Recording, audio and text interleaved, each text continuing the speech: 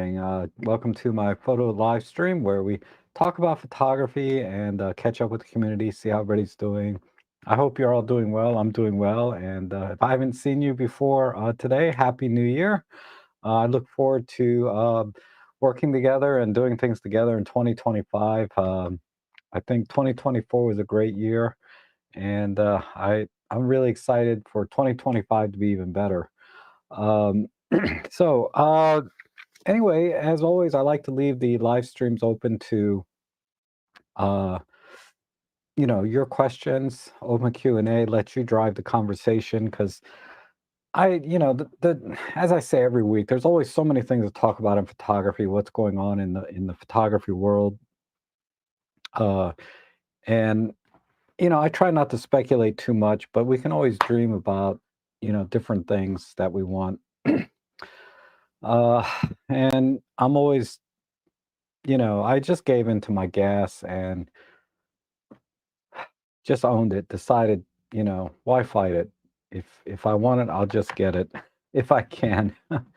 If I can. But that said, I did buy my first camera for 2025. If you follow my community posts, you'll know that I bought the EM1 Mark One Silver. They had it over at District Camera, because I'm shopping every morning looking for deals. And I regularly shop used gear. And they had it's right here behind me. Uh, but the M1 Mark One in silver, I got the 12 to 40 Pro on here, which is it's kind of a big lens on this camera, but it feels fine when I'm using it. But it's not quite as balanced as it is on my OM1 because this camera is really the smallest of the EM1 series, and including the OM1. And yeah, I just love this. Now the M1 Mark II also came out with a silver version, but the buttons were black, which I thought was kind of weird. This is the only one that has all silver on the top here and none of these black button kind of things. Now the back does have the black D-pad, which makes sense. This is a plastic high contact point, so I can see why they didn't want to just put all metal. I don't know, they could have. The Pen F has a metal button here. But anyhow, I just think it's a beautiful camera, and I took it out yesterday for the first time to do some shooting. I put my whatchamacallit, my 75 to 300 on there. And today or tomorrow might be the last day for you to get that on sale. So, I have a link to my deals page in the description below, which on that page, there is a link to further down on the page. You have to scroll down, is the 75 to 300, and it's $349. No question, you should buy that lens. No question. No matter what other telephoto zoom you have, that's a great lens because sometimes I just don't want to take out my 300 millimeter f4. um, when the 375 to 300 will do just fine. So there's that, and so that's my news for the week. Uh, is I'm pretty happy with that, and I did some shooting with a new lens I'll be reviewing next week. It's a 10 millimeter f2.8 fisheye lens for Sony full frame, so it's super wide. And David David Tellett and I went out the other day, and I did some shooting with that. And I also went out with Robert, who's also in the stream here. So lots of photo walks again this week. So I'm really happy that I'm starting off the year with some shutter therapy and getting out there and shooting. And um, also, I guess what else? Yeah, I went out yesterday with Owen. We did some birding. That's where I took the 75 to 300. So I'm really happy. I'm really happy. The camera is performed really well. It's not it's not an OM1 by any means. It's, not even an EM1 Mark II. The the biggest difference that I saw in terms of performance was the autofocus and the lag in the EDF, where if I'm in continuous shutter, there's it kinda skips frames or something. I don't know what it's doing exactly, but it's it's not as pleasant an experience as it is like on an OM1 or EM1 Mark III. But all the same, it's an excellent camera considering it's 11 or 12 years old now. Uh, it's just hard to believe what they were able to do so long ago and how far they've come really since then. Now the 16, it has the older 16 megapixel sensor, I think, yeah, and the images are beautiful. So I'll show you some images that I caught from that camera yesterday. I shot mostly with the 75 to 300, and I also shot with a couple of shots with the 12 to 40 Pro with a polarizer on it. And wow, yeah, it was a joy to use. Um, Mostly cosmetically because I think it's a beautiful camera, and also it's very very similar to my EM5 Mark II and my Pen F. Uh, and with the menu systems and all, so I was able to just dive right in and start using it.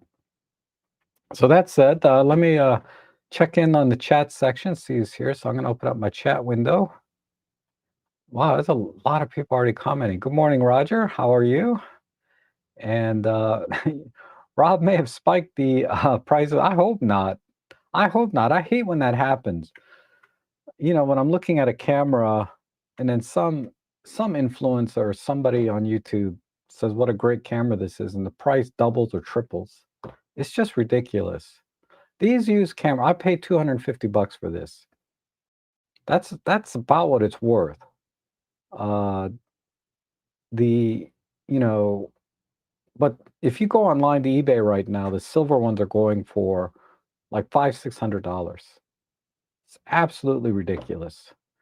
Um, so I hope if they go to $1,000 after this stream, I'm gonna be upset because I don't want, there's just no reason for it. And then the cameras that are true workhorses, excellent cameras, superior in every way, just crash in price. Case in point, EM1X. I'm seeing that for $500-600 all day long.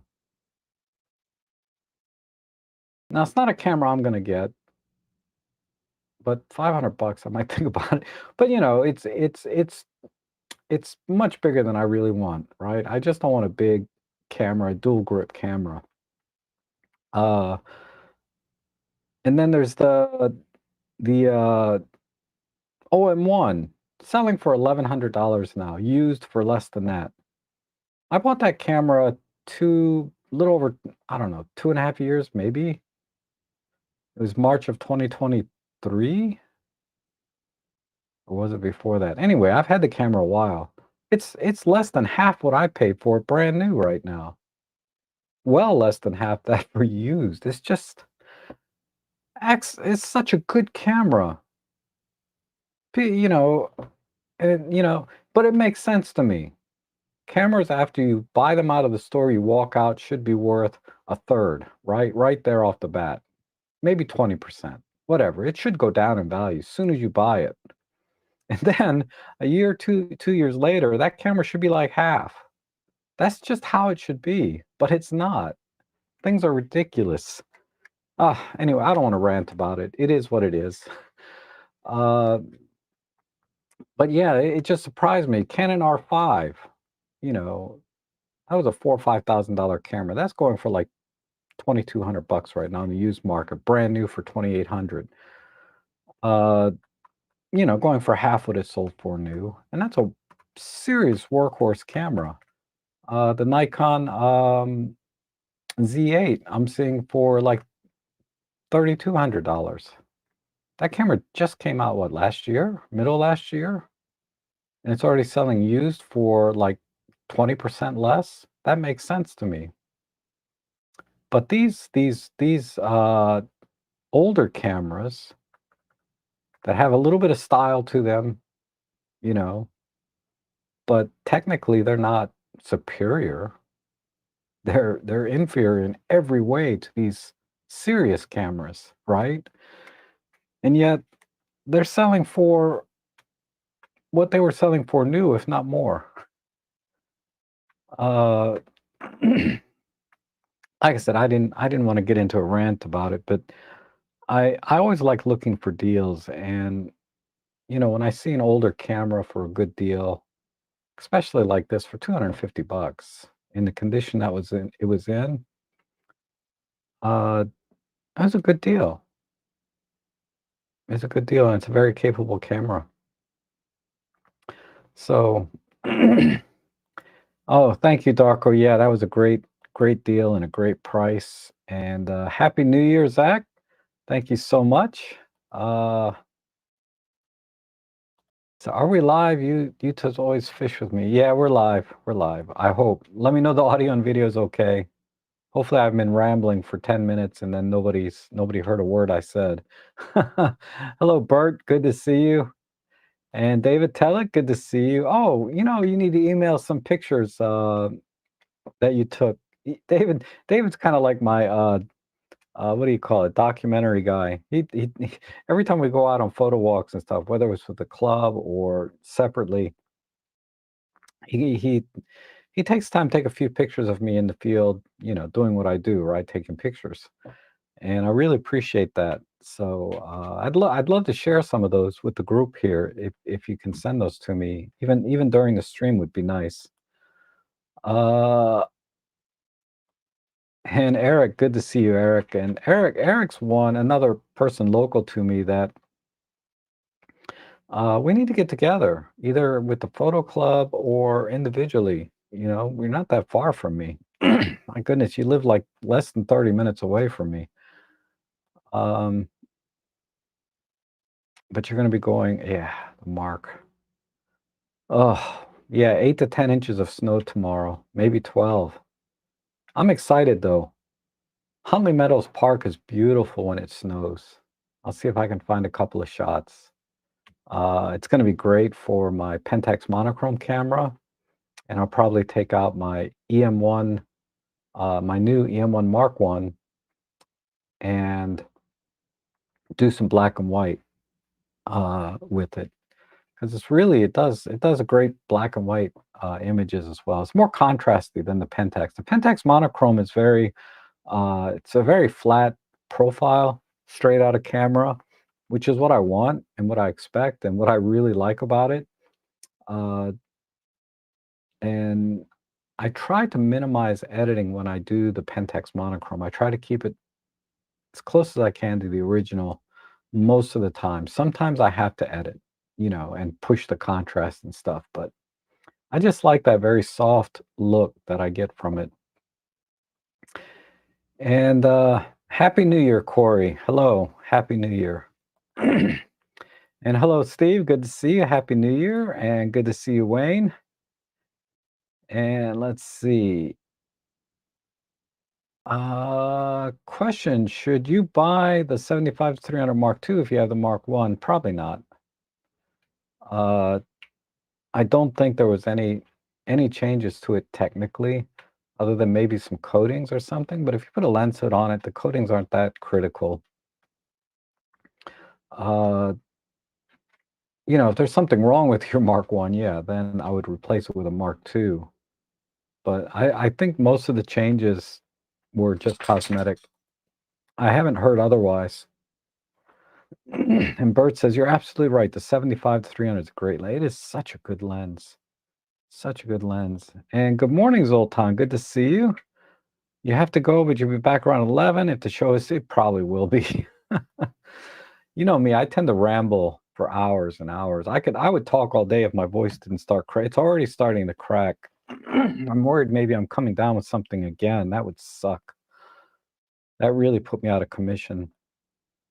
And Wayne says the images from the 75-300 Instagram were nice. Thank you. Thank you. I'll share some of those.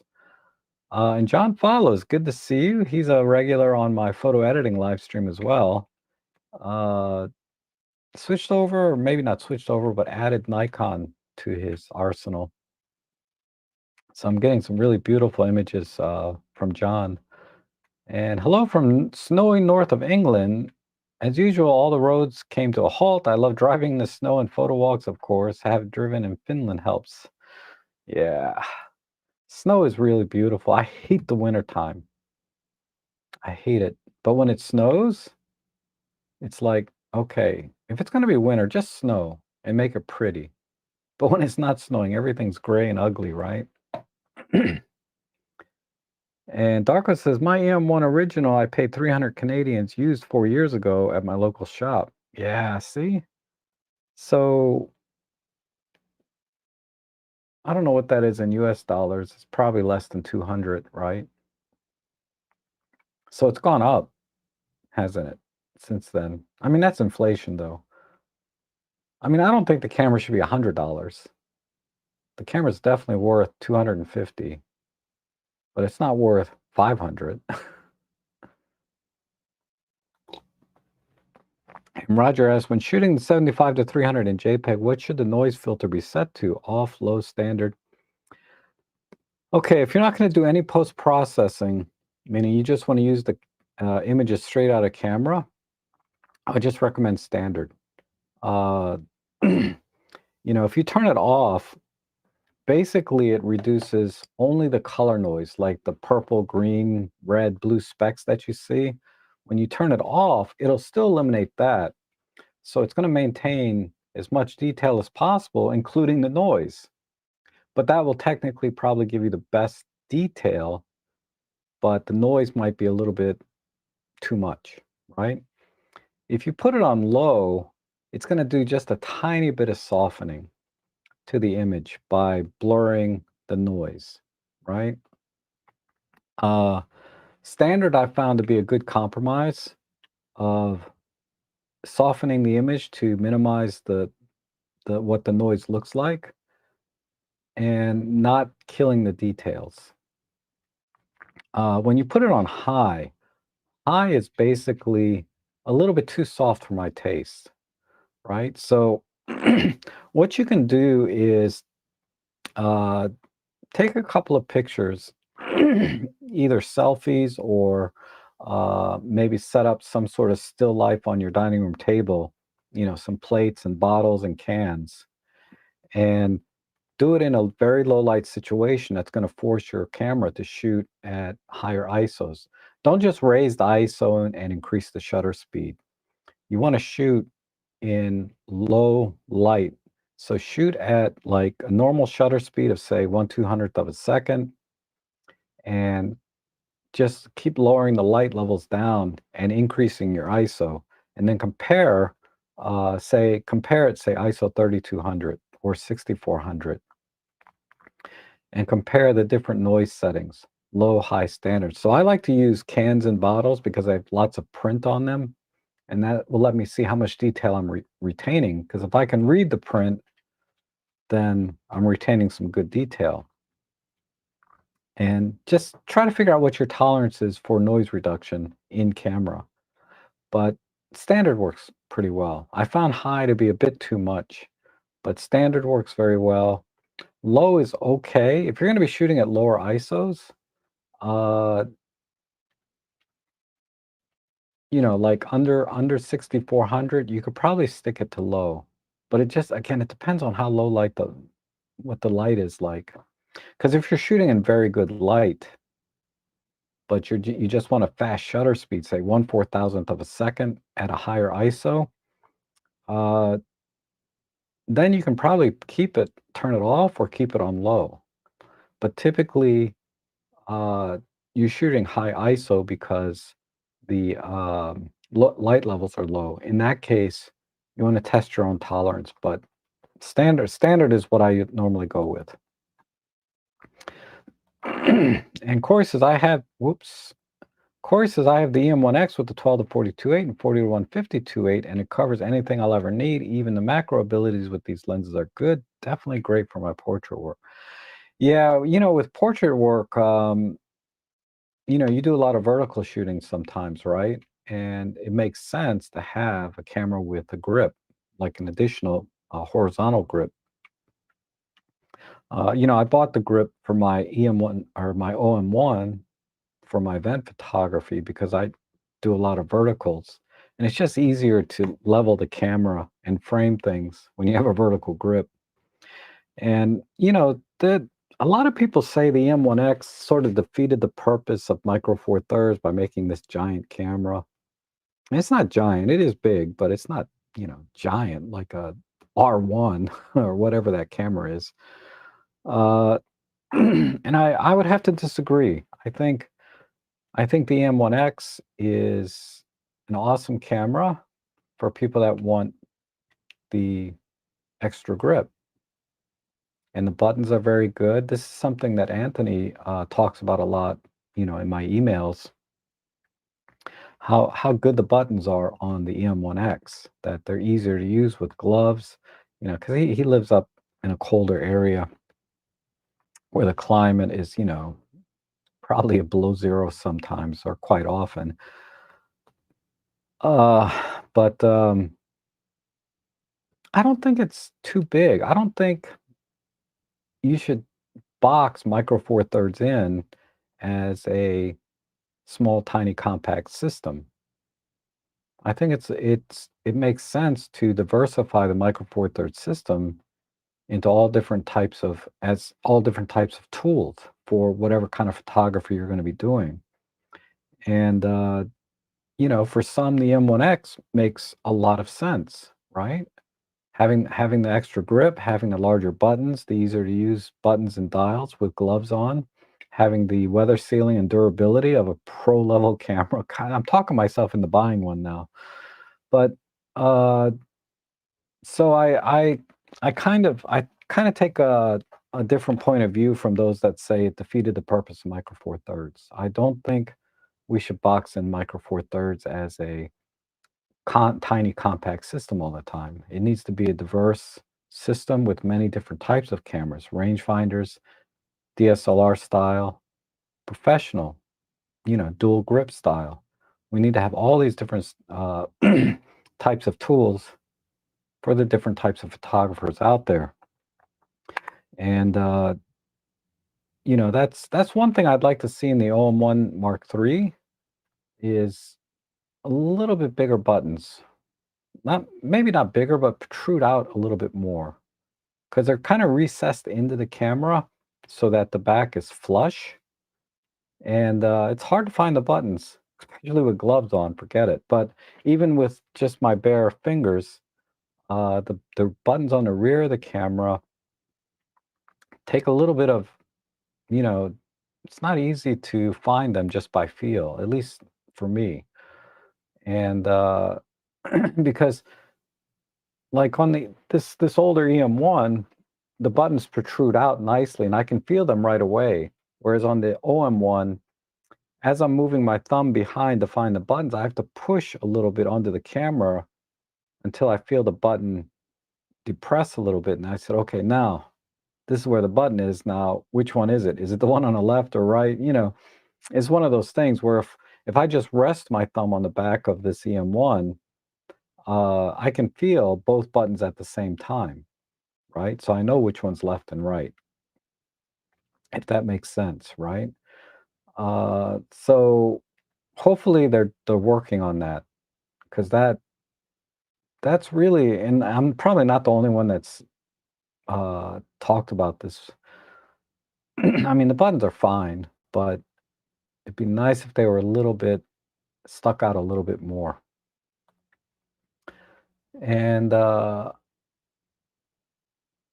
good morning, Rick. Good to see you. And David Crooks. David, how are you? I need to call you later this afternoon. Um, so I hope you're feeling better. But yeah, I want to call you later. Uh, Nothing serious, just see how you're doing and what we're gonna do this month. And Roger said, I love my own one, but I like the EM53 a lot. Yeah, me too. Me too. I'm using the EM5 Mark III right now for the live stream. And Rick says, compared to Nikon D4S I was using, my EM1X feels light as a yeah, exactly, right? I mean, the EM1X is not excessively large or heavy, right? It's a really nice okay, I'm gonna stop talking about it because I'm gonna buy one. If I can get one for 500 bucks, I might do it. Oh my god, and then I'll never use it because I'm like but it's such a nice camera. I mean, it's not just the ergonomics of the camera, right? That's probably my least favorite thing about it because of its size. But using the camera, how fluid and smooth going through the menus, uh, focusing on I don't know what it is about that camera. I guess it's the dual digit 8 processor that technically is not as fast as the one in the OM1, but somehow the it just has a very fluid and it's a very fluid, enjoyable experience to use the M1X, in my opinion. Uh, and you know, I wouldn't hesitate to recommend that camera to anyone that wants a dual grip camera, right? And Marcia, good morning and happy New Year. Oh my goodness, you should be in town. I forgot you were supposed to be here last week, right? Dang it, we need to get together. Uh, and this side towards screen says the Digicam market is crazy now. You used to pick up a decent camera for $10 or less. Yeah, now they're 75 or more. So I bought a cheap Kodak 5 megapixel for 15 cameras for $15. And now it's 125. Yeah. Don't even get me started on digicams. It's crazy. Digicams has kind of a niche though. If you get the weather, like the Fuji XP cameras, they're weather sealed, very durable, rugged cameras. They sell for next to nothing. And they're every bit as good as these other crap digicams. Um, it's weird. Like the serious workhorse good cameras sell for nothing, and then these ridiculous cameras sell for way too much. And Gordon says, you can see the fun in your face when talking about the new to you camera. Enjoyed the bird photos. Oh, thank you, Gordon. Yeah, it's a great, I love that camera. Uh, so 300 Canadian is about 200 bucks. Yep. Got a good deal. And good morning, Marco. God, Marco, I can't believe you had this camera. I could have bought it from you instead. Marco has the same one, with less than half the shutter count of the one I just bought with the silver lenses. Ah, maybe I'll buy that 17 millimeter silver from you and the silver kit lens. I broke oh my God. I did have one casualty this week. Uh, where is it? I had one casualty. My Panasonic 12 to 32 kit lens. I love this little lens. It's so compact, it's super sharp, has a great range, wide at 12 millimeters. And I dropped it and I dropped it so that this wouldn't extend or retract anymore. It jammed. And what I should have done and what I ended up doing after I already broke it, but is I got a pair of pliers and I put a, terry cloth around it and I pulled it back out and now it's fine again, right? God knows if it would focus right after that. But, you know, but what I did instead, I said, let me take the back off and see if I can push or pull or find something, figure out something, right? Uh, anyway, I took these 3 screws out. A couple of washers fell out. Don't know where they're going to go. But worse than that, I ripped the ribbon cable, the electronic ribbon cable inside. So now I lost autofocus on this. So I was shopping to maybe buy another one. But if you have a silver 14 to 42 kit lens, the power zoom one, not not the manual zoom. I like the power zoom one, even though they're not quite as reliable. Uh, just because it's compact like this into a pancake size, or I might just, I might just, uh, I might just buy another one of these. These are I can get these for about 110 bucks. I don't know, but yeah, that sucks. I love the kit lenses because they're super sharp. They really are. They're really good lenses. Uh, they're just slower, right? You're like at f5.6 on the long end, but that's okay. I just, it's okay most of the time. I'll stop down to f8, get the depth of field that I want, and I'm fine. I'm shooting at f5.6 probably 90% of the time.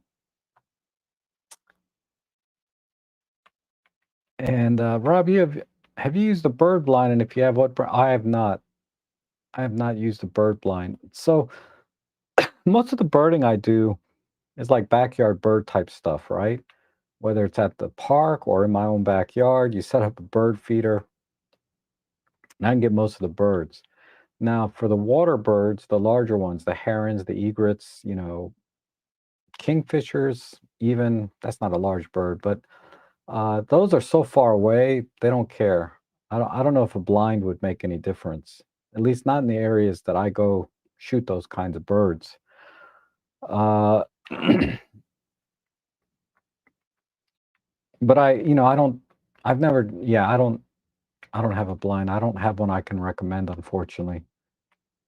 But what I found was like for backyard birds, cardinals, sparrows, nuthatchers, things like that.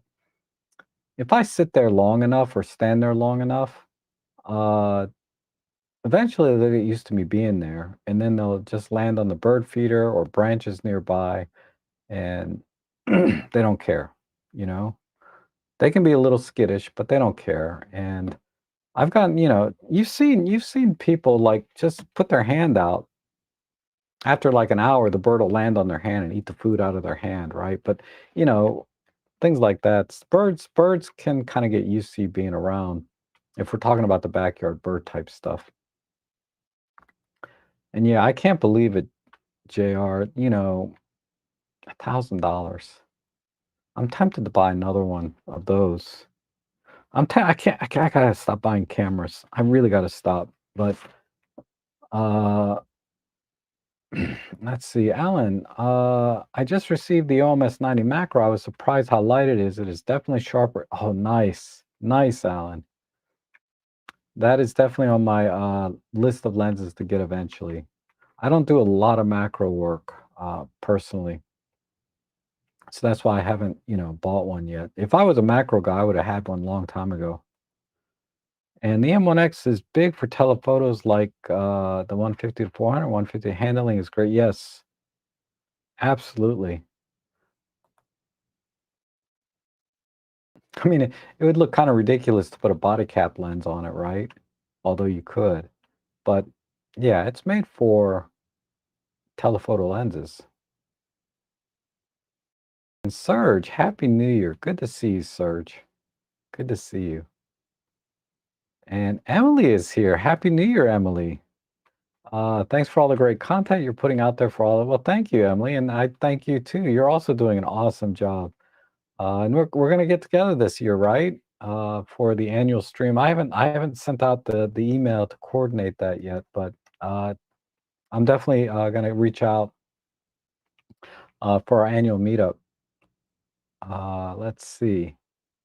And hello, everyone from a rather looks like it got cut off, but good to see you, Barry. Happy New Year. And Bob Finley loved the original EM1, a true classic, especially when paired with the 12 to 40. Form and balance just about perfect. Yes.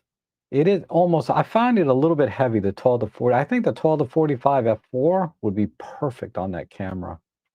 Uh, Personally, I probably just use the kit lens, 14 to 42, easy kit lens.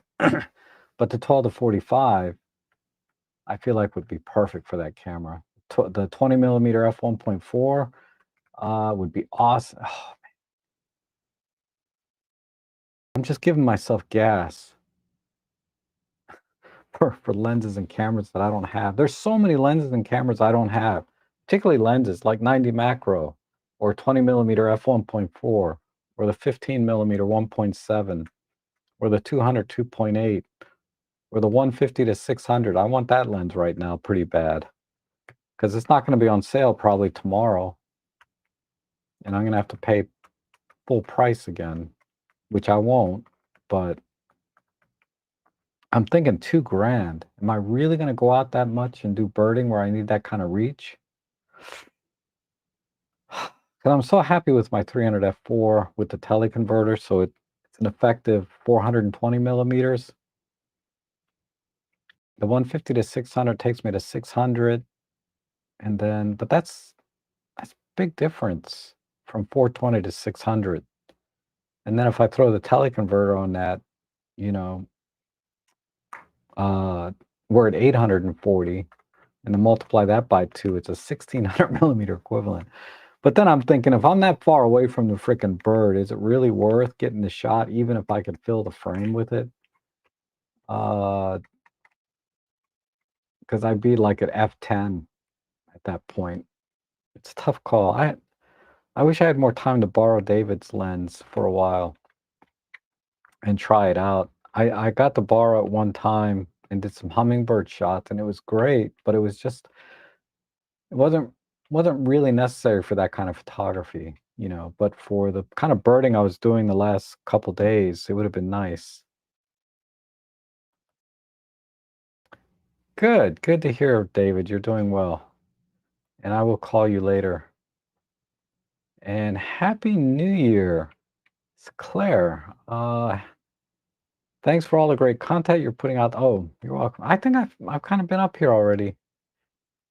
I see the Zuiko 50 to 600 for 1200. Would that be similar or better lens for bird? What would be a similar or better lens for birds and wildlife? Nothing really. At that price point, there's nothing like it. The closest thing would be the 100 to 400 from Olympus. And that's a considerably smaller, lighter lens. And you may want to look at that. And it also does take teleconverters. But if you really want the reach, that 150 to 600 is unparalleled. There's nothing like it for Micro Four Thirds. And tell us, I sent a few pics email, also a few K1 black and white. Okay, cool. Appreciate that. So we were comparing my Pentax monochrome with the K1 and shooting monochrome, uh, which I suspect will have a very similar difference as any color digital camera with digital black and white. The highlights and tones, the gradation's not quite as smooth. So it's more contrasty on a color being converted to black and white. You know, long story short. Let's see. Robin is here. My goodness, Happy New Year, Robin. Good to see you. And yes, I'm gonna reach out to you as well. It looks like I'll probably have to fit you in like in towards the end of February, but we'll talk about it more later. But I can't wait. I can't wait for this year's annual meetup. I'll probably have to do 3. I'm gonna get some more new people in like I did last year.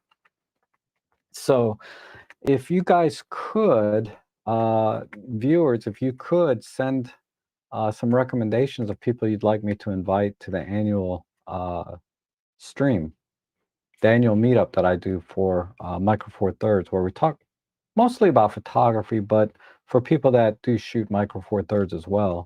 Because a lot of us are mixed shooters, right? We don't just shoot Micro Four Thirds, we shoot other cameras. Uh, but I think having multiple camera systems, as many of us do, uh, gives us a unique perspective of Micro Four Thirds. And you know, many of us have switched from full frame to Micro Four Thirds, and then again back to full frame, right? And then there's people like me with gas that just buy everything. But uh, for people buying their first camera, you don't have any perspective, between full frame and micro four thirds, right? You only know what, if you do your due diligence, what you can find online, right? But I can tell you, from my perspective, I use micro four thirds personally and professionally. It's my main camera system for all things.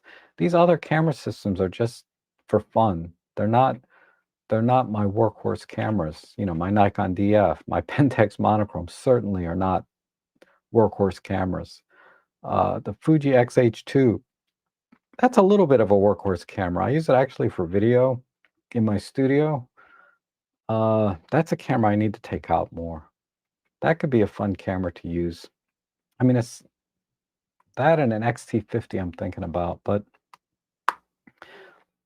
yeah, there's nothing like the Micro Four Thirds system in my book.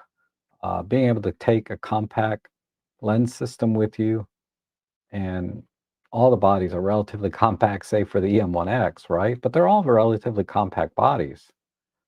And the things you can do with specifically the Micro Four Thirds systems, because Panasonic is now doing everything too, right? Pro Capture, Live Comp, all of that. Uh, Things you can do with the camera on the computational side, just make the camera, it's sort of a Swiss Army knife of photography. It does everything. Macro. And I get into these conversations with people in the photo club that have like Sony A1, 50 megapixel full frame camera, and they got their 200 to 600 lens on there. And I'm walking around with my OM1 and 300 f4, right? And at least there's one person, they're constantly jealous of the images that I capture because we're going to the same place, right, for birding. And they're just, and they're like, gosh, what am I doing wrong? Why can't my camera capture images like yours? And, with photography, it's always like 90% skill, right? I mean, you take a skilled photographer and they're going to get great results with just about any camera. Doesn't matter.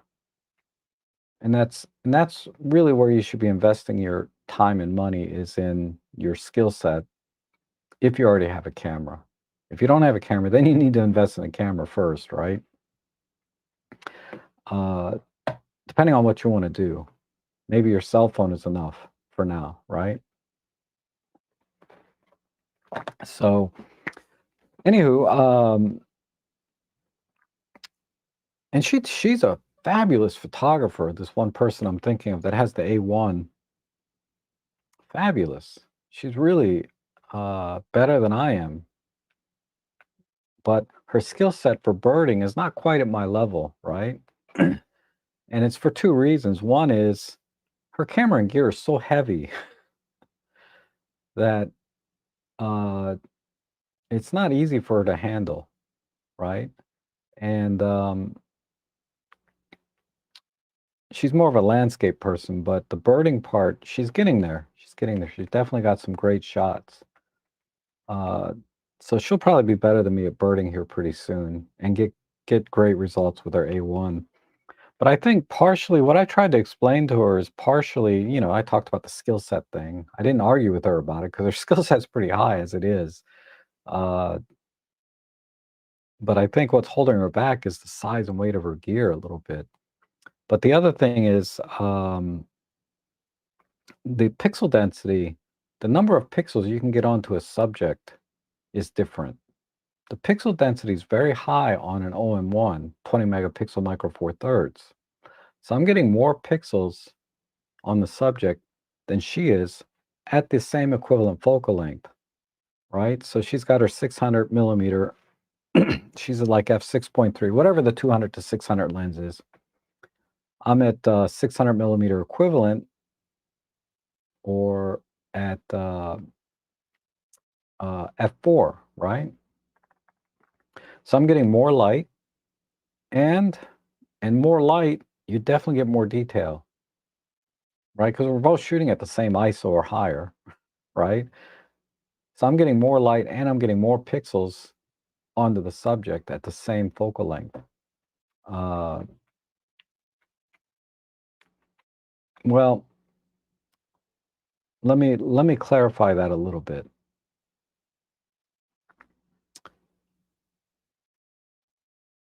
Not the same field of view, but the same focal length. Okay? Because I don't want to mislead people. If I'm shooting at 300 millimeters and she's shooting at 300 millimeters, I'm definitely getting more pixels on the subject, right? If she's shooting at 600 millimeters and I'm shooting at 300 millimeters, she's going to get more pixels on the subject than I am. So, but the higher pixel density of the OM1 ultimately gives you a little more detail, in my opinion. But anyhow, I'm going to move on. My point is, you can get great results with the Micro Four Thirds system and overall have a smaller, less expensive system than really anything else out there. And Wayne says, I actually purchased 4 fishing rod holders to use with branches in my flower beds to photograph backyard birds. Oh, yeah, yeah. That's a great idea. Um, there was a big windstorm the other day here, so there's a bunch of branches broke off, some big ones. So I collected those and I put them out by the bird feeder. Um, but a fishing pole holder makes a lot of sense. But I have a really nice tree right behind my bird feeder where the birds sit. But if I put the branches, I could put the branches probably 10 or 15 feet closer to where I'd be sitting. Hmm, that's a great idea, fishing pole holders. Huh. And I don't have the power zoom, but I have the regular 14 to 42 and 40 to 150 silver. Oh, okay. Okay. Um, and Robert is here. Good to see you, Robert. And I'm always looking forward to the annual meetup. Can't wait. Awesome. Awesome. Can't wait either. And Cameraholics Anonymous, I need to join. Yes, don't we all? Oops. And we're in the money. I want to buy. Where is the money? I want to have buy you a coffee. Yeah, there should be a link down below if you want to support. That would be great. Thank you so much. And I would love to see you get a Z8 and a 600 millimeter PF. Oh, yeah, I saw that setup last weekend. Another guy in the photo club has that exact setup. Phew, it's pretty sweet. Pretty sweet, but it's still, the pricing is still up there. The Z8 being a workhorse camera, it'd probably be even less money later this year. But my budget this year, I probably only have maybe another 1,000, 2,000 at most that I can spend on cameras. You know, aside from a Pen F2. A Pen F2 I will mortgage my house to get. Okay. But yeah, I don't have a lot. I don't have 3 or $4,000 to spend on a camera body and lenses because I have to get the lenses with it, right? I shot that money in 2023. I spent too much money on cameras I didn't need. Um,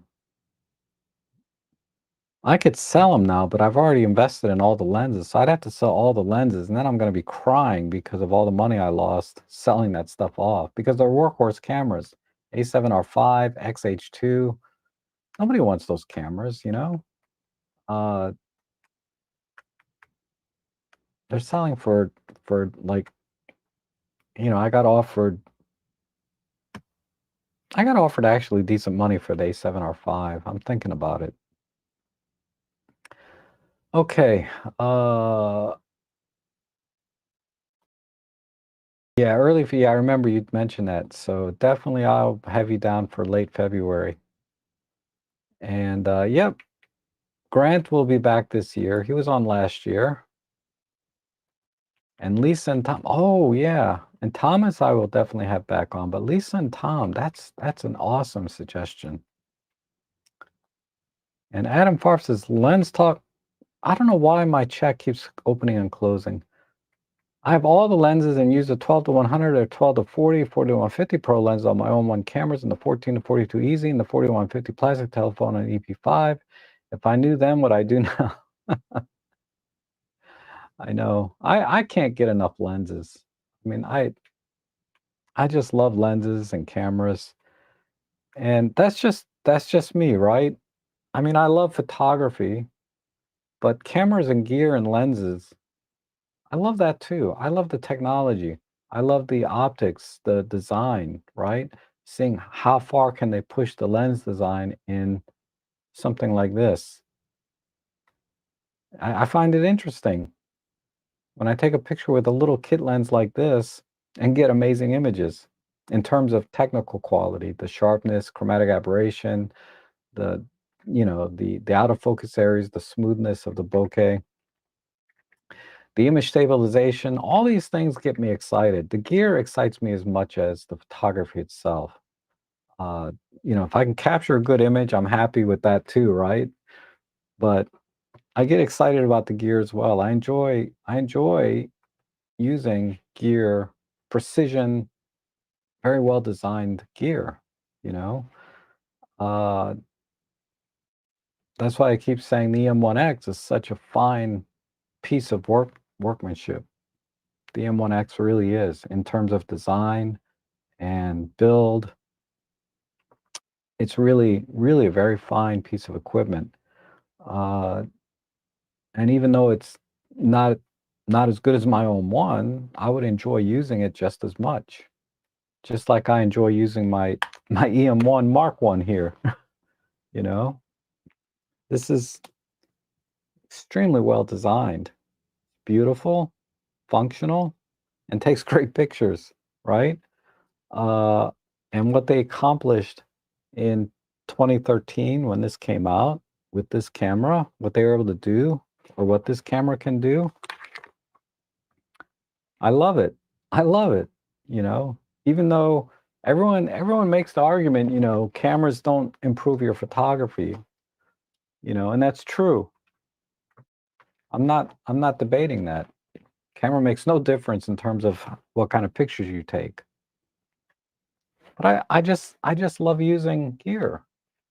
It's my hobby, right? Don't be ashamed of that. Don't, you know, I mean, most people know that if they get a nice camera, it's not going to improve their photography. Now, certain capabilities uh, certainly will improve your photography, like the OM1 pre-capture, right? Or what do they call it on the OM1? Anyway, you know what I'm talking about, pre-capture or pro-cap. They call it pro-capture, right? So pro-capture, definitely, definitely you'll get more shots, right? That you wouldn't be able to get otherwise.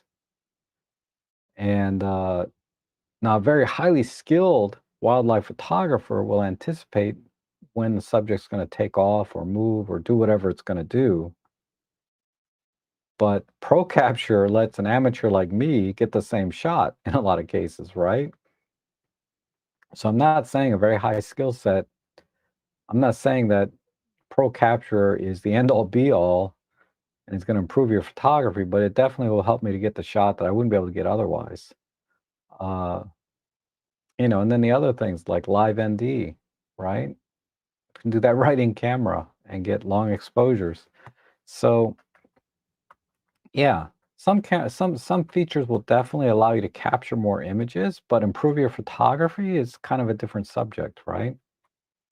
Uh, I can't tell you how many pro capture images I have of a branch with no bird on it because my skill set is that bad, right? It's like even with pro capture, can miss the shot, but uh, at least I have a chance now with pro capture. And invite Paul B. I have no idea who that is. Pauly B. Um, I guess I should write these down though, right?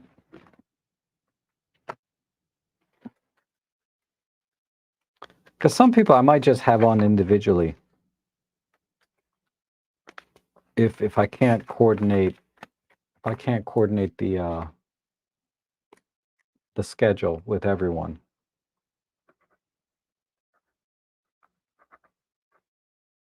And there's some people I'm not going to invite, even if you suggest them. Uh, I guess I should. I should expand, right? But there's always some people that I just can't connect with. You know, I don't have any problem with them. I don't hate them or dislike them, but I'm having a hard time connecting with them. And they're not Micro Four Thirds people. Okay, there's other channels I watch that I don't watch because I just can't connect on, at whatever level. So keep recommending Micro Four Thirds people. I know quite a few, but I haven't had them on the annual stream before, and it'd be kind of fun to have them come in if they're willing.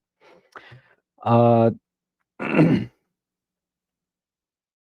but if it's somebody I never heard of, I'm going to watch their channel for a little bit and give some thought to can I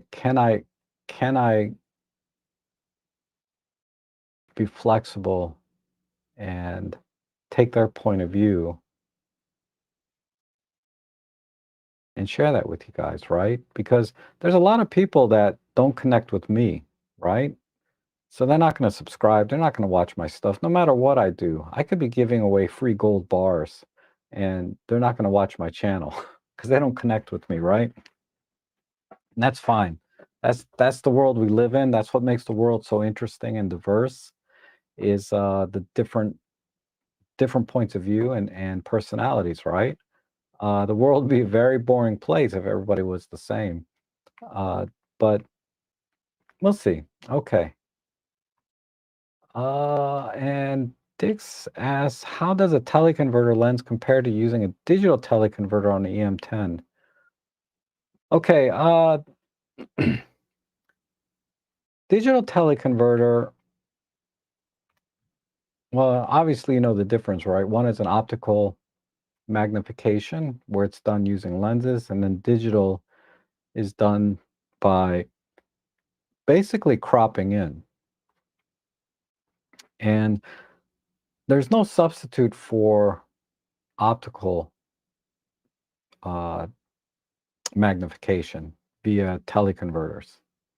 You're almost always going to get a better image. If we're talking about the Olympus TC 1.4, like the 1.4x teleconverter, you should always get a better image than if you were to do a digital teleconversion, meaning more detail, right? So yeah, always try to use a digital, I'm sorry, use an optical. If you can optically magnify the image or zoom in, it's always better than doing a digital, because the digital teleconverter is basically cropping in and then interpolating it back to 16, in your case would be 16 megapixels. So it's taking like a 8 megapixel image, let's say it's a 2x zoom. It's taking an 8 megapixel image by cropping in and then converting it back to 16 with the digital teleconverter. And it does a great job, right? And it's certainly very, very useful for composing your shot and being able to see the shot when something's far away. Using digital teleconverter will help you to compose and see the shot and take the image when you want to take it because you can see it. So I would recommend, you know, always try optically to magnify the image or zoom in first. If that's not an option, use the digital. Yes, definitely Lee Hoy. Thomas Isel, yes. Another one for Pauly B. Wow. How come I've never heard of this person? I've probably seen their thumbnail for something and I didn't watch it, or maybe I did and forgot. I don't know. That just name just doesn't even ring a bell. Like it just doesn't seem familiar to me at all. And Thomas, good to see you. Happy New Year.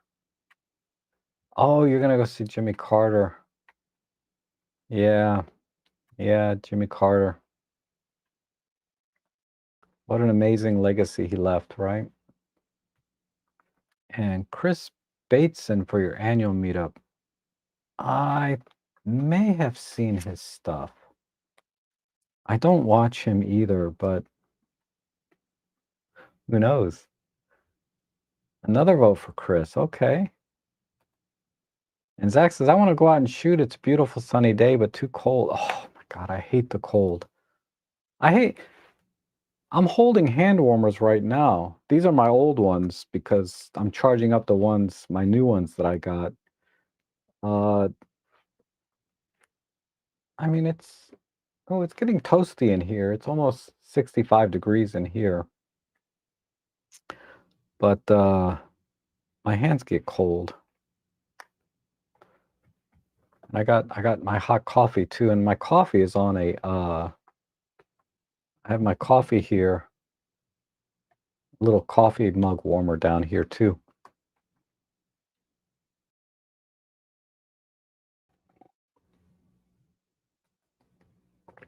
Oh, Roberto.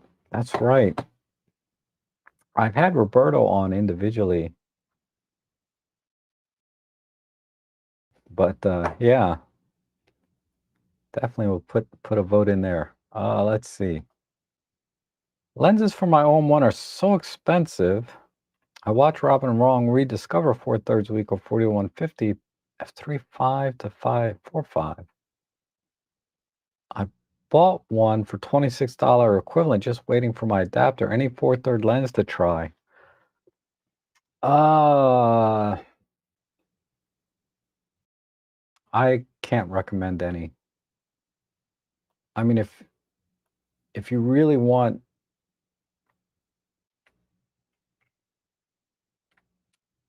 yeah, I can't recommend any because I just don't use them enough. I have 4/3 cameras that I use the lenses on, but I've never used a 4/3 lens on my Micro Four Thirds body because the adapters are like $100. I just don't see the point when I can get the native lens for Micro Four Thirds. So I can't recommend any. Now the 4/3 lenses I like the 50 macro, and I like the I think it's a 50 to 200. Those two lenses I really like. So I wouldn't get the 75 to 300 for 4/3, but let me see.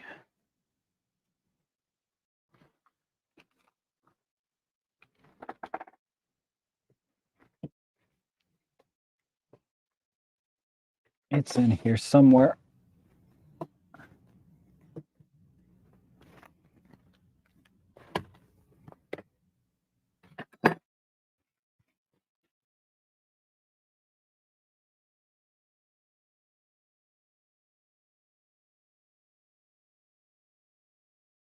This is a good lens too, actually.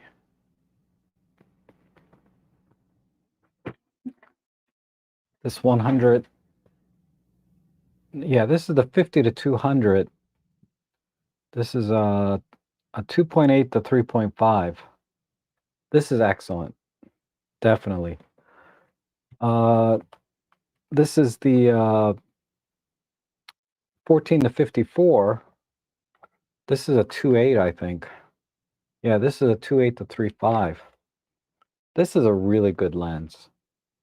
So if you want to try some 4/3 lenses that are really sharp, these two are definitely very sharp, very fast at 2.8. But I haven't tried these on my Micro Four Thirds lenses or Micro Four Third cameras. Because this is a 50 to 200, right? I mean, I can use my 75 to 300. Or, I mean, this one is fast though at 2.8. But I'd say, what do I have equivalent? I have a 300 f4. So and this is when it's extended out, it's It's just as big as my 300 f4. So, but okay, I can recommend these two for 4/3 cameras, but I haven't tried them on micro 4/3. This is my E500, awesome little camera. I have an E620 over there. I haven't taken those out in a couple of years though. But yeah, try those two lenses. I don't know what they sell for. They're not $26. They're probably quite a bit more. And the 50mm macro is a really good lens. Noisy, but it's really good. It's very sharp, very fast, and it's a macro. An OM system should release a small camera with tilt screen for street photography and new small primes. Yes. Definitely, we need a variety of cameras for Micro Four Thirds. Everything from an EM1X to another Pen F or EP7.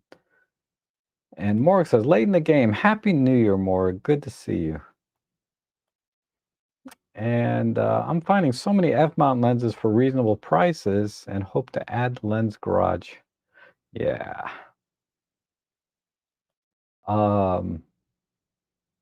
Yeah, I mean, I got it's a 24 to 85. Man, that's a great lens on the Nikon F mount.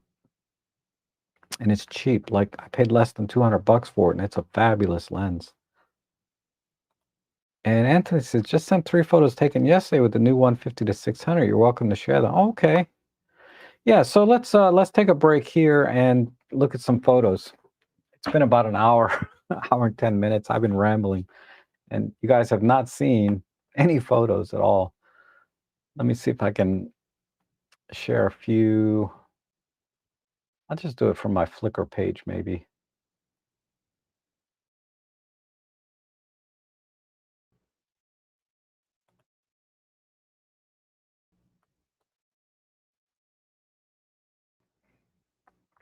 All right. So it's just flickr.com/robtrek, and here's a black and white that I did with my EM1 Mark 1 and 12 to 40 Pro. I processed this using Nik Collection, and I just applied a preset called Film Noir 3. But this is full res, meaning all I did was a very slight tilt and crop or perspective distortion, but it's pretty much the full 16 megapixels. So I framed this in camera as is, so you can see the detail there, but it's kind of over processed because of Nik Collection. Here's another one. Again, this is a full image, barely cropped at all, maybe a 5% crop to straighten out the lines and things. But again, I processed this with Nik Collection, and that was again the EM1 Mark 1 and 12 to 40 Pro. So here's this is heavily cropped. You can see the dimensions here. This is cropped down to 24 by 18, 75 to 300 at 300 millimeters. Again, heavily cropped. This image is cropped down to 2 megapixels. So, and I was shot at ISO 2500, and yet look at the detail that was retained. I processed these in DxO, of course, but it's amazing. This is let's see, all the EXIF data. This is at ISO 3200, 300 millimeters, and yet also heavily cropped to 3 or 4 megapixels out of the 16. And oh, I love this image. It's a yellow finch. This one, let's see, ISO 2000 at 300 millimeters. This one is cropped down to probably 2 megapixels, less than 2 megapixels. This image is barely 2 megapixels left out of 16. It's very heavily cropped. This image here, let's see. This one probably not cropped quite as much. This one's at about 4 megapixels or 3.5. This is a Starling I took. Again, this is 300 mil. These are probably all 300 millimeters. ISO 3200 on the M1 Mark One. So this tells you two things, right? How good the image quality is and the detail retained through the 75 to 300 lens, as well as DxO processing the image.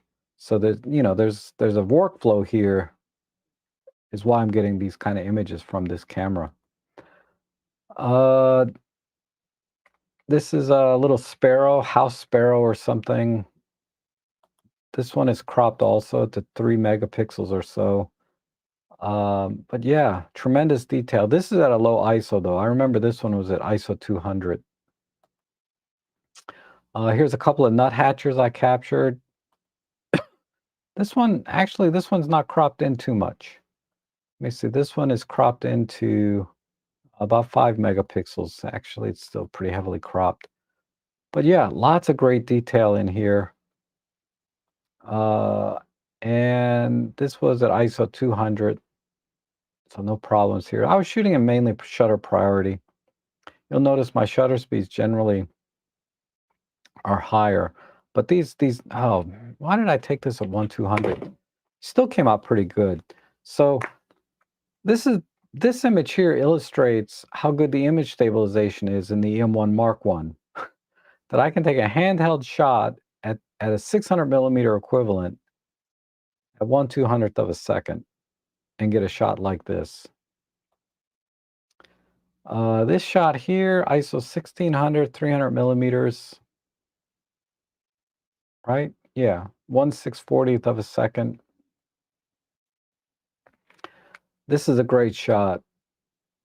All right, I didn't get a lot of likes on this one, but I like this shot. 300 millimeters, ISO 1600. So I was typically shooting at 1/1000th of a second because most of these were bird on a stick. And I like to use the reciprocal rule more or less to keep the shutter speeds up regardless of the image stabilization. So there's that. And I think this was the winner of all the images. It's not my personal favorite, but this one got the most likes. Uh, this one's at ISO 640, 1/1000th of a second. So yeah, lots of great detail here. No noise at all. And just, I think, a beautiful shot with the colors, this little green and red combination. Yeah, this is other stuff. OM1 with the 300 millimeter f4. This is very heavily cropped. These birds were like way, way out there. Oh my God. You know, these shots are okay. I'm not crazy about these, but you can look at them. This one is actually, I believe this is a high res shot, isn't it? Let me see, what's the resolution? Yeah, this is a high res shot, cropped to a 16:7. This is the first sunrise of 2025. I did this, the date here is January 1st. I took this about 7:30 in the morning. So I love that. Uh, and then there's some of the fisheye and architecture shots that I got. Some Pentax monochrome shots here. This is probably my favorite shot from the Pentax monochrome that I took that day. I don't know why I like this building, but I just love this building, and it had really good light. This shot is actually a 3-shot panoramic. So I took 3 pictures, top, middle, bottom, and stitched them together in post-processing. And I thought it came out really good. Now this was with the 18 to 55 kit lens, so it's a little bit soft on the top, I think. Yeah, the edges get a little soft on this lens, but in the center, it's perfectly fine. So let's see, I don't think there's anything else here of particular interest. we talked about these last week. These are my Instax film backs for my Hasselblad. I was practicing some sharpening, not sharpening, but focusing. The focusing, if it's back focusing or front focusing with this film back on there. Problem is, it's so expensive to test this camera because it's like $1 a print. So I'm not spending too much time on it, but these are, of course, my 300 f4 lenses with the OM1. But yeah, check those out, if you're curious. Now, and for those of you that are not familiar with my Flickr page, I group everything in the album. So I added a new album here for the images taken with the EM1 Mark 1, and I added one for, let's see. Well, anyway, you can find it. So if you want to see the images taken with the 75 to 300 mm, or, type that in at the top, search photos, and then you'll see here my album. And then you can click on that, and you can look at all the different images that I took using the 75 to 300. This is one of my favorites.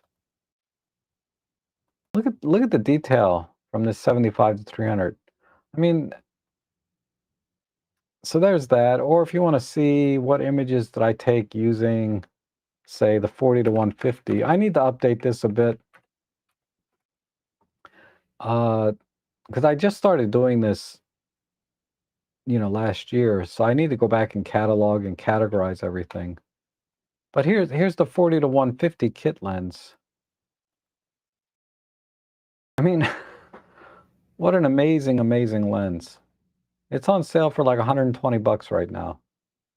And I always leave the EXIF data in there. So you can see this with the OM1. The other thing is, if you want to know how much did I crop in, I have the sizes here. So you look at the original, it's 3888 by 3888. So all I did was a square crop. I didn't crop in other than making it into a square. Uh, Whereas this image here, if you look at, yeah, same thing. This is a pano. So what you can do is you can look at this album here, panoramas. And these are images where I took multiple images and stitched them together. So this is going to be a hodgepodge of cameras and lenses. But yeah, that's my Flickr page. I love Flickr because I can categorize and make everything. Instagram is fine for social media to share. A lot of people just like to look on their phones. Flickr is really good for studying the images. What camera did I use? What lens did I use? Was it a panorama? What were my settings, et cetera, et cetera, et cetera. It's very good for analyzing different images so that you can maybe, try some of these settings or camera lens combinations for yourself to see if you can do better. Because ultimately my goal is for you guys to be better than I am if you're not already in photography. All I'm doing is showing you what I'm doing, and you take it from there, right? Let's see. Let me check my email. I think David said he sent some in and Anthony sent some in.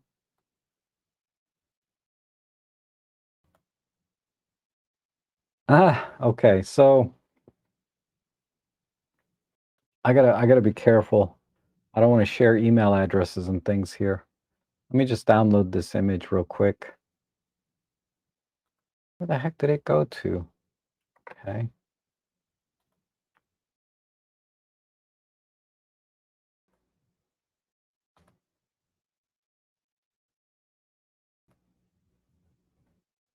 Come on, download. There we go.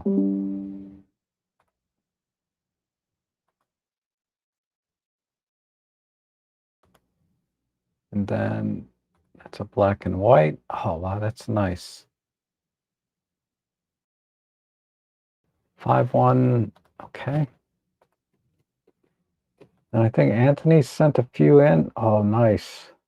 Very nice.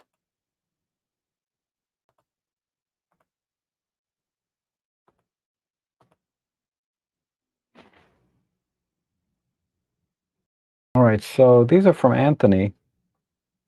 Wait a second before let me close my email down.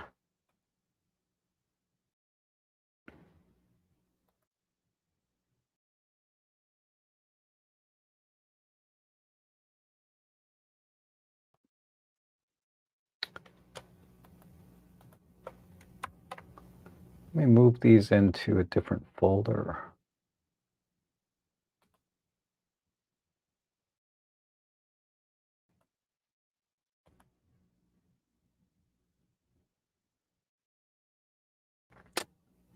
Where is it? New folder, temp. Let me just put them in here. Okay. So,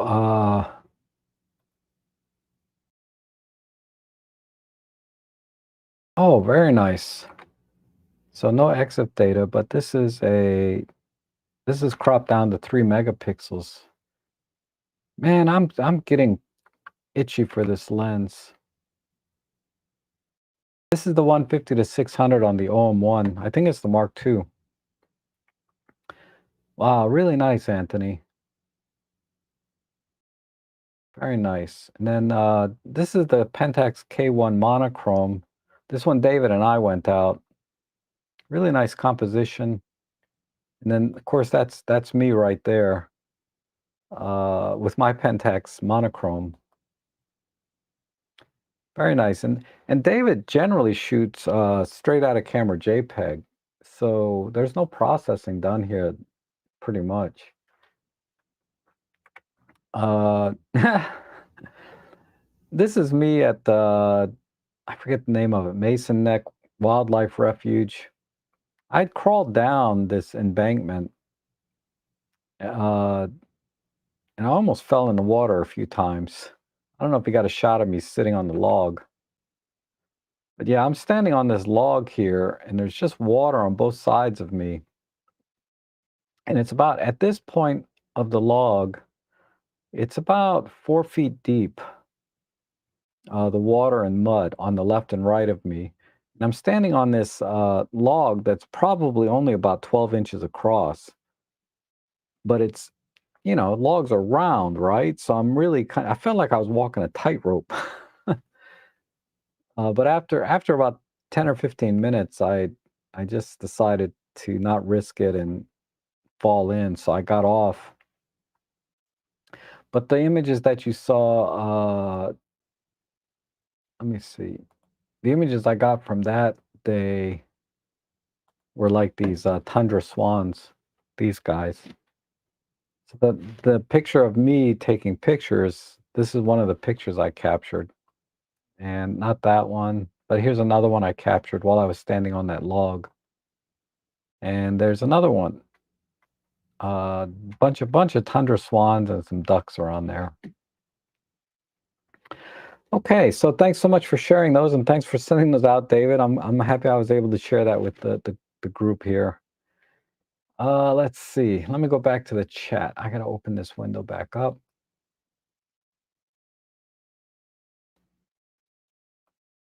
I wonder if this image.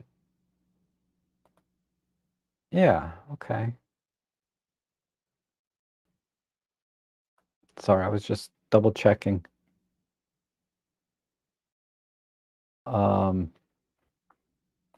but yeah, I'm just shooting with my. This is the OM1 with the EM1 300 millimeter f4. It's just a great setup. You don't need a tripod or a gimbal or anything. You can just hand hold this thing all day long. Okay, let's see. All right, got my windows and chats back. So let me get through these. Hi, Rob. Be good to see Emily from Micro Four Nerds on your annual. Yep, I'm definitely sending an invite. She's been on almost every year for the last, since I started, I think. So we'll see. We'll see this year. You need to make a collage, birding, and then a series of all the empty branches.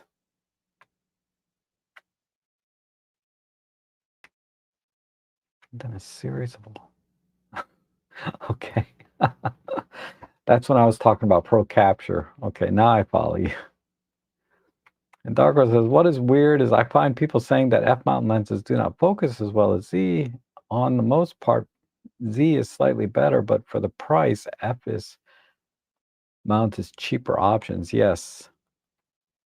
Yep. Marcus Picks, that would be cool. I know, right? He shoots micro four thirds a lot. I'll try. I can ask him. He'd be more, I don't know. He may not want to come on, but he might. He probably thinks I'm like boring and uninteresting and wouldn't want to come on. Because his personality is so big compared to mine. It would just be, I don't know. He doesn't know me. Like Robin Wong's kind of the same. He's got a very big personality, right? But he knows me, right? So, or he's known me for years, but Marcus doesn't know me that well. He might not get me. So we need smaller lenses with pancake design. 1.8 primes are small, but would love to have small 1.4 weather sealed primes. Yeah, I mean Panasonic is a 1.8, but what's the other 1.4 they have? The 12 millimeter 1.4. They're not small though. 12 millimeter 1.4 is not small. The 25 is not bad. But I don't think you can make a 1.4 that small. Raj said, I need a hot shoe cover for my M5 III. Link me to one on your page. I actually saw one with a bubble level on it on Amazon. Don't rely on those. The bubble level hot shoe covers, not reliable because in the hot shoe could be bent, number one, right? And you're not going to get very level. The other thing is the hot shoe have uh, spring levels or springs in them to, not all of them do, but some of them have springs in them that also can make the bubble level unreliable. They'll get you close, but you're much better off using the in-camera levels rather than the bubble meter. But sometimes you can get those bubble level ones for cheap, as cheap as ones without it. So you can go either way. Oh, excuse me. I'm still on that same bag of coffee that has like virtually no caffeine in it. I'm gonna go buy some Maxwell House here though soon.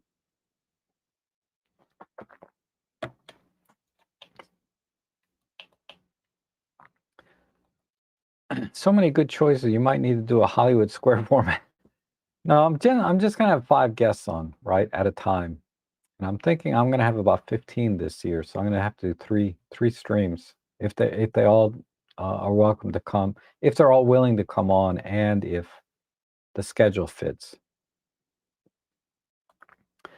Having a blast with my new EP5 and Lumix 21.7. Don't need the fancy stuff. Yeah, that 21.7. I gotta get that lens. And of course, the EP5 is a wonderful little pen camera from Olympus.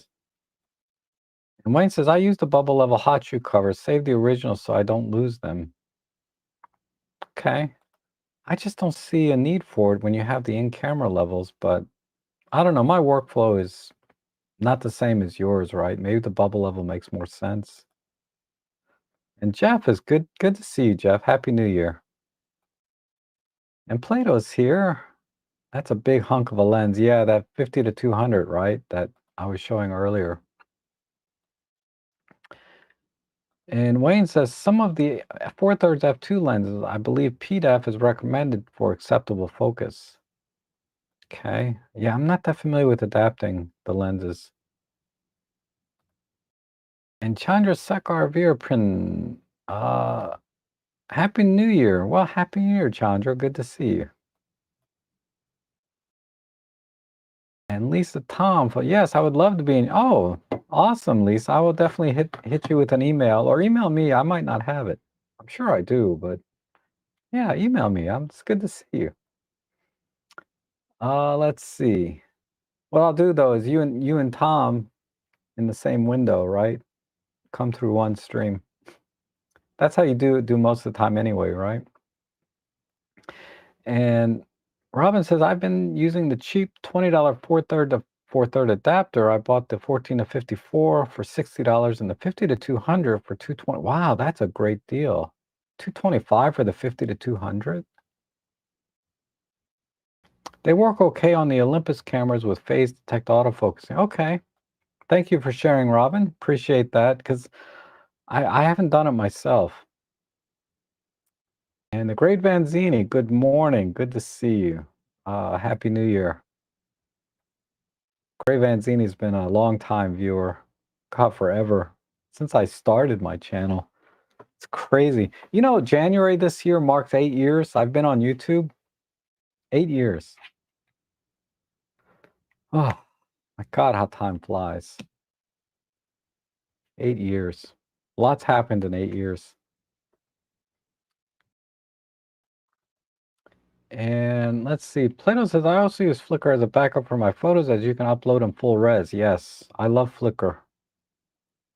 I don't know. It's amazing that Flickr almost died and went away. Hopefully it's doing well. I have no idea what the status of Flickr is.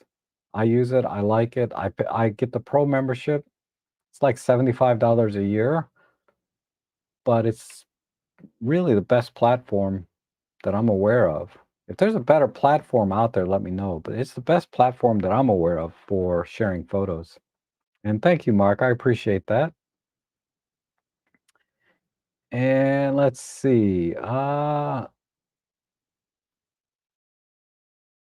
I agree, the mentor. Oh, yeah. Your students and followers learn from you and surpass you. It doesn't take very long in my case. Once I show them where a button is, they go, right? Because a lot of times it's just the button. Seriously. It could be as simple as, no, turn the memory card this way, then it'll go in. And then bang, they're better than me, like in a few minutes. But and then there's little things. People are teaching me things all the time. Like I got a comment today from a viewer on my AEL video and spot metering. He said he was telling me about how when you put AEL button to spot metering, that it only uses the center area. It doesn't follow the focus point. You know, so I mean, I'm simplifying it a little bit, but that's essentially what's happening. I didn't know that because it's because there's a lot of things that I never do. I rarely use AEL myself or spot metering. Well, spot metering I use time to time, but the AEL button almost never. So when I make a tutorial to talk about it to try to answer someone's question, I read the manual. I think about the applications that I would use it in and when I have used it. And then I put together the video that I think hopefully makes sense and answers the question in a way that anyone watching it would understand, right? Uh, and then I get a comment from a viewer about, oh, the AEL button when you assign the AEL button to spot metering, because I've never done that before, because I don't use the AEL button to begin. I've reassigned my AEL button to subject detect, right? But he said when you assign it to spot metering, it only measures the center spot. Ellie's losing it. Yada yada. Anyway, my point is, I learn as much from you guys, my viewers, maybe more than you guys are learning from me, right? Do I have a date yet? Late January, probably January 28th, or let me see the calendar. January 26th will probably be the first one. And then I'm gonna go probably February 9, 16. I might have to skip a week. I might have to skip February 2nd for personal reasons, but Uh, maybe not. We'll see. We'll see how it goes. But that's my tentative dates. End of January, mid-February, on a Sunday, like today, same time. And Barry is here. Good to see you. And let's see. Bob says, love the OG. I had to look up what OG stood for. Stands for original gangster. I had no idea. I knew O was probably original, but I didn't think G stood for gangster. Or somebody correct me if I'm wrong, but that's what I looked when I looked it up. That's what I was told. Is OG stands for the original gangster. True classic, especially when paired with the 12 to 40 form and balance, just about perfect. Did my chat just jump back up to when I started? Let me go to the bottom.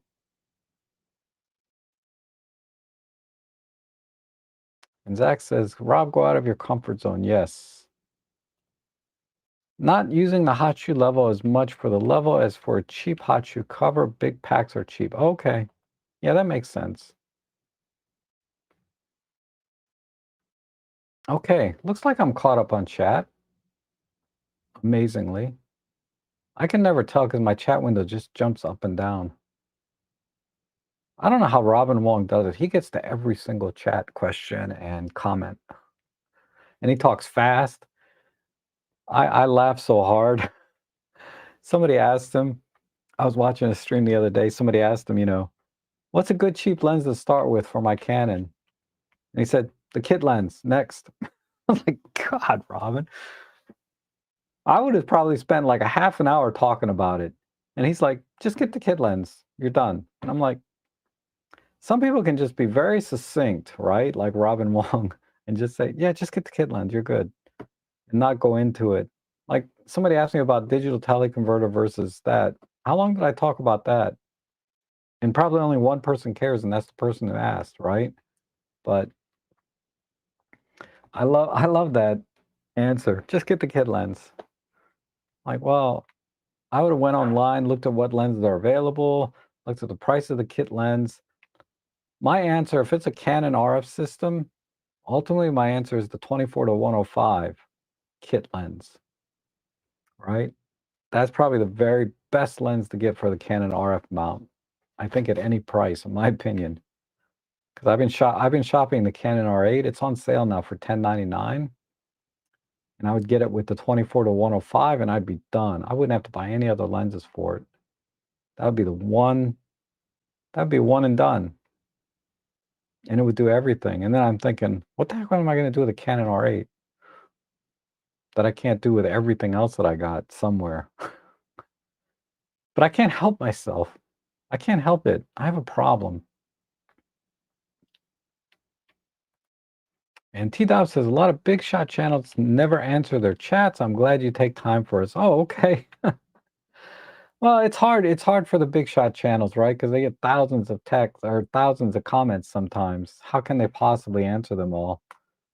Uh, so I get it.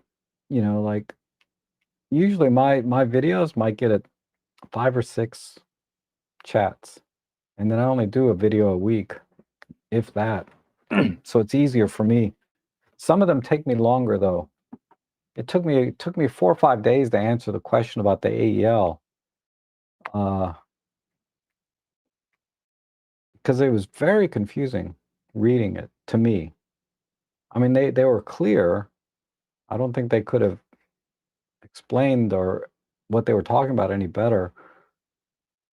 But because I never used the AL button, I had to think over and over again. Okay, you push the AL button, you move the lever, you put it in mode 1, and it does this. And then if you switch it and put the default metering to matrix and the AL button to spot, it does this, and then vice versa. You put the default metering to spot and put the AL back to matrix. And I was like, okay, he means ESP because Olympus says ESP. They don't say matrix, and the L button cannot be assigned to matrix. So I'm like, this is what tripped me up about the question. I don't know if you're here in the chat or not, but I did respond eventually. So I went into the menu, went into the manual, There's no matrix metering or ESP metering for AEL button that I could find. There's only auto, spot, spot high, spot low. So that's why it took me a while, because I read it the day that it was posted. They posted the question the day of the video. I said, oh, that's interesting. And then I went out on a photo walk, edited pictures, did some live streams, and I came back to it. I read it again, and I'm like, okay, you do this, you do that. And I'm like, where's my OM1? I couldn't find my OM1. So I'm like, okay, I'll come back later. So I got my OM1 out. I started going through it. And I was like, this doesn't make sense. Went and looked at the manual. I said, there's nothing in the manual about this. Okay, let me try again. And I go through, and I'm like, so finally I was able to respond, right, with a semi-intelligent response. But yeah, some of the questions uh, just take longer to answer because it's a workflow that I never do personally. Like I said, my AEL button is assigned to subject detect, not AEL. And then it was like this weird combination, or it's anyway, you get the idea. I try to answer every question. I don't know why the little thing keeps popping up on and off.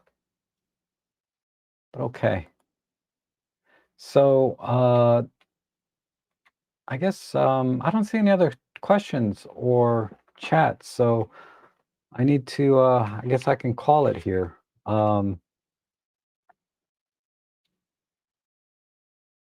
have some lunch. I'm hungry. And then maybe go out and buy some Maxwell House.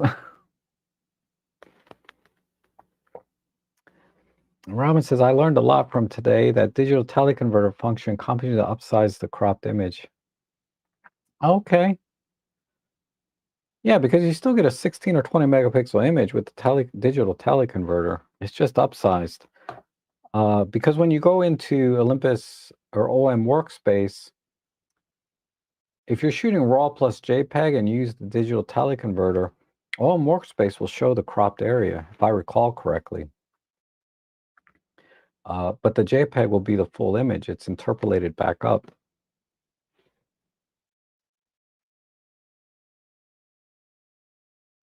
Walter came in. Hi, Walter. How you doing? I need to text you. We need to go have our annual dinner that we do in January, right? So I will call and invite you guys, or I'll text you, and we'll coordinate that. But any Saturday this month is good for me. I would love to do that again this year if you guys are available. Okay. Well, text me what Saturday you want to go. I can go. I can't go yesterday, but any Saturday forward. I could have went yesterday, but yeah, any Saturday forward, just text me what day you guys are available. That would be awesome. Okay, your exposure on the recent bird shots were spot on. No need for AEL. Yeah, you get a feel for it. I let the camera do all the work. I just put it in an auto ISO and then controlled the shutter speed up and down, right? So if it was bird on a stick, I tried to use a slower shutter speed. I tried not to go below 1/1000th of a second because of the focal length, but and I tried to use silent shutter to avoid shutter shock. I mean, there's lots of little things, right? I can't wait to go out with this camera again. I'm going to take this out again, definitely. And K&F, they sent me this nice magnetic filter set. So I have the magnetic polarizer on here and then the magnetic lens cap. Pretty cool. Very nice of them to send that to me. It was a Christmas gift, I guess. Biltrock sent me some stuff too. Really nice little jacket. Uh, they sent me a jacket and a coffee mug. And let's see, who else sent me stuff?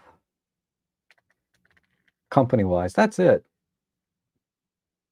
That's it. I didn't get any fancy stuff like a Hasselblad Explorer or whatever, like Thomas Heaton. That would be nice. That would be a nice Christmas gift. Hasselblad, if you're watching, send me your camera. Send me one. I'll make a video about it. I'll make 2 videos, okay? I'll make 2 videos about your Hasselblad Explorer, the 100 megapixel medium format with the trio of lenses. That would be awesome. Um, because I shoot Hasselblad, but I don't have a digital one. All right, everyone. Yep, narrowband definitely is coming back. You guys have a great rest of your weekend. Thank you so much for being here. I really appreciate it. I look forward to 2025 and all the great things we're going to do together. I look at my channel as a partnership with my viewers to help us improve our photography, learn our cameras, and enjoy the craft itself. So thank you so much, and I will see you again soon.